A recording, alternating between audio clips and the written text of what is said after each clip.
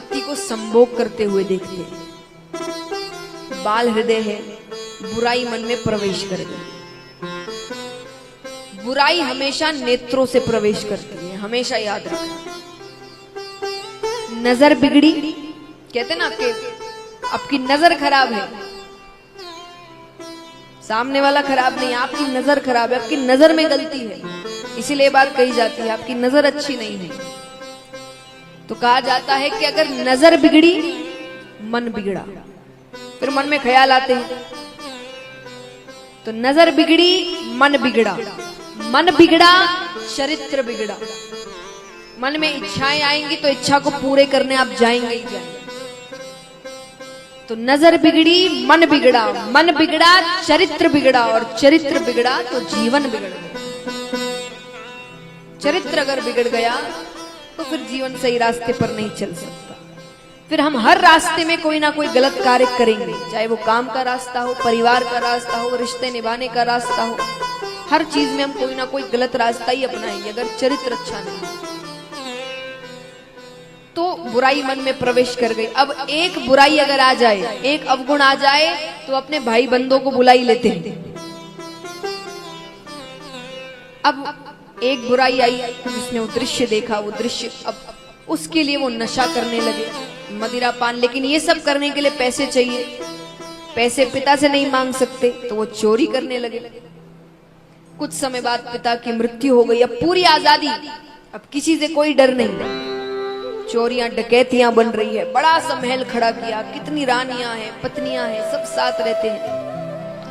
उसी नगरी में 100 वर्षों की तपस्या कर कर एक संत उठते हैं। उन्होंने गांव वालों से कहा कि किसी ब्राह्मण का घर है क्या यहाँ पर, क्योंकि मुझे एक रात बितानी है। तपस्या कर कर उठे, ब्राह्मण के घर ही में रात बिता सकता हूँ। सबने कहा घर तो है, पर वो ब्राह्मण कहलाने लायक नहीं है। पिता जब तक थे तब तक घर थोड़ा सही था, पर अब ऋषि ने कहा मुझे क्या करना है उस व्यक्ति से, मुझे तो बस एक ब्राह्मण के घर रात बितानी है, कल सुबह फिर कहीं निकल जाना है। अब इतना बड़ा महल है, इतने कमरे हैं, अजामिल ने एक कमरा दे दिया, एक कमरे में रात आप रह लो। आज एक ही रात है, वो संत तो उसका भगवान का नाम जप करने में बिता रहे हैं और अजामिल उसे गलत कार्यों में बिता रहे हैं। संत ने उसी रात में सब कुछ समझ लिया, कौन है ये, इसने क्या किया जीवन भर, कैसे क्या हुआ। सुबह उठते हैं, जाने लगते हैं। संत ने कहा कि तुमने मेरी सहायता करी, कुछ वरदान चाहते हो तो? उसने कहा सब है मेरे पास, आप जाइए। ठीक है, एक और काम करोगे मेरा? क्या काम? बोले तुम्हारी पत्नी अभी गर्भवती है। बोले हाँ। बोले उससे 10वां गर्भ है। बोले हाँ। तो बोले उससे जो बालक होगा ना, उसका नाम तुम नारायण रखना। क्या रखना? नारायण। उसने कहा ठीक है, और उसने जो वचन दिया था वही किया। जब उसके बालक होता है, उसने बालक का नाम नारायण रखा।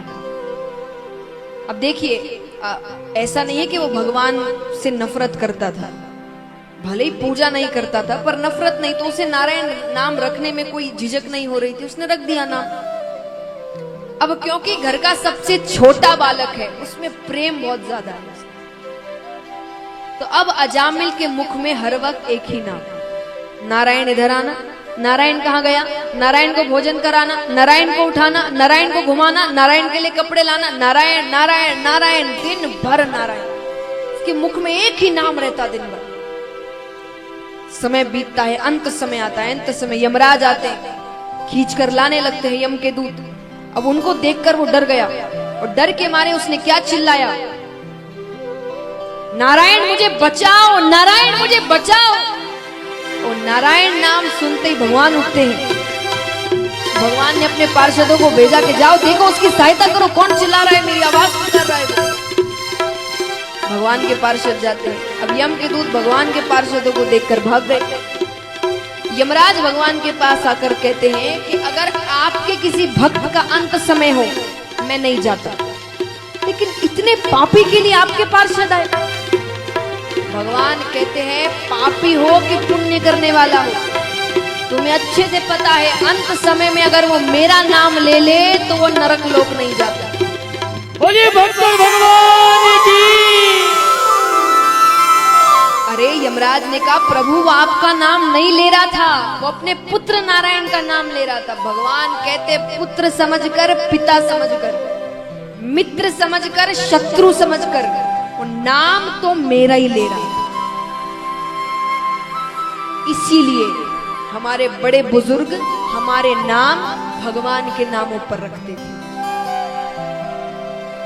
क्योंकि दिन भर कोई पूजा पाठ नहीं करता। कौन है यहाँ पर जो दिन भर भगवान का नाम लेता रहता है? कोई नहीं लेता।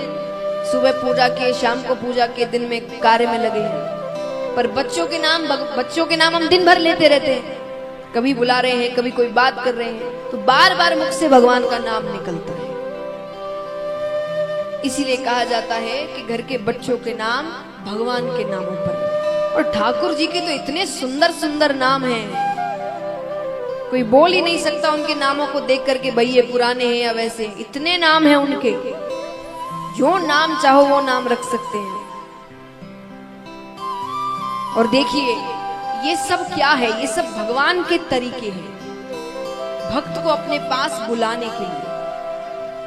एक बात बताइए, यहाँ पे कई माताएं बैठी होंगी जिनके छोटे छोटे बच्चे हैं। कई बार घर में जब झगड़ा हो जाए या पति से झगड़ा या कोई भी झगड़े, तो उसका गुस्सा बच्चों पर उतरता है। कई बार ऐसा होता है, कहीं और का गुस्सा बच्चों पर ही उतरता है। तो कोई छोटे से बच्चे को ज्यादा ही डांट दिया या गलती से कभी हाथ भी उठा दिया।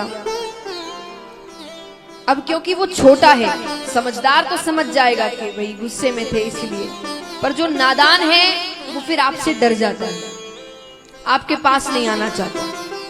तो आप उनको अपने पास कैसे बुलाते हैं? बच्चा आपसे डर गया, आपसे दूर भाग रहा है, तो आप कैसे बुलाओगे अपने पास उसे? बताओ। लालच। अब बच्चे को लालच देंगे, कैसा?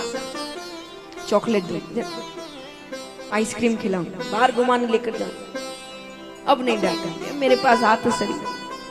तो अब लालच देते हैं, तब जाकर वो आपके पास आता है।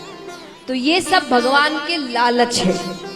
अब देखिए सांसारिक लालच वो आपको दे नहीं सकते, धन इत्यादि, ये सब तो हम खुद ही कमा रहे हैं, कार्य कर रहे हैं। भगवान खुद ने कहा कर्म करो, उसका फल अपने आप मिल जाएगा।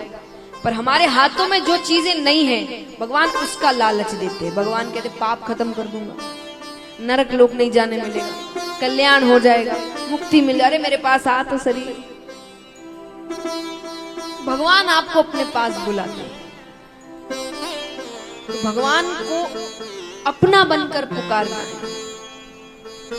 कई बार कई भक्त कहते हैं कि हम इतने बड़े भक्त नहीं हैं, हम पर कहाँ कृपा होगी। मुझसे कई जन कहते हैं, बोले आप पे तो बड़ी कृपा होगी, आप इतनी भक्ति करते हैं। जरूरी नहीं जो भक्ति करे उन पर ही कृपा होती है। आप जितना अपना बनकर भगवान को पुकारेंगे ना, भगवान उतने आपके पास आएंगे। क्यों? क्योंकि योग्यता में वो ताकत नहीं जो ताकत अपनेपन में। एक बहुत अच्छा उदाहरण देती हूं मैं आपको, भगवान के लिए ये उदाहरण, कार्यों के लिए नहीं। कार्यों में तो आपको योग्यता ही जरूरी होती है, पर भगवान के लिए। एक बार एक बहुत बड़े सेठ जी थे, बहुत बड़ी कंपनियां चलती थी उनकी। उनकी कंपनी में एक कर्मचारी काम करता था, अच्छी पोस्ट पे, पढ़ा लिखा, ईमानदार, मेहनती। तो वो महीने के 60-70 हजार कमाता था, अच्छी कमाई है। वहीं पर सेठ जी के एक पुत्र था, इतना अयोग्य, इतना ज्यादा अयोग्य कि उसे कोई महीने के 100 रुपये भी ना दे, इतना अयोग्य था। लेकिन जब सेठ जी की मृत्यु हो जाती है, तो सेठ जी की जो पूरी जायदाद है किसके नाम पर जाती है? कर्मचारी के नाम पर। किसके नाम पर? बेटे के नाम पर। क्यों? क्योंकि वो अपना है, वो कैसा भी है वो अपना है। तो भगवान को अपना बनकर पुकारिए, जैसे भी है। बच्चे बड़ी से बड़ी गलती कर दे, आते घूमकर किसके पास है? माँ बाप के पास।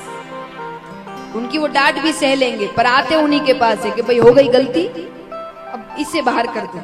भले ही डांट लेना, मार लेना, जो करना है, पर इस कार्य से हमें बाहर निकालो, गलती हो गई है ना। वो आपकी डांट सुनने को तैयार रहते, लेकिन उन्हें ये भी पता है कि ये अकेले ऐसे हैं दुनिया में जो मेरा साथ कभी छोड़ेंगे नहीं, कितनी भी बड़ी गलती हो जाए मुझसे। तो ये भरोसा भगवान पर रखना है। कि कितने भी पाप हो जाए हमसे, कुछ भी हो जाए, अगर एक बार इनको सच्चे मन से पुकार लिया, ये आएंगे, ये साथ कभी नहीं छोड़ेंगे हमारा। और जिस दिन वो भरोसा कर लिया ना, फिर देखिए आपके काम कितनी जल्दी होते हैं। आइए, जो सच में भगवान को अपना बनाना चाहते हैं, अपना मानते हैं,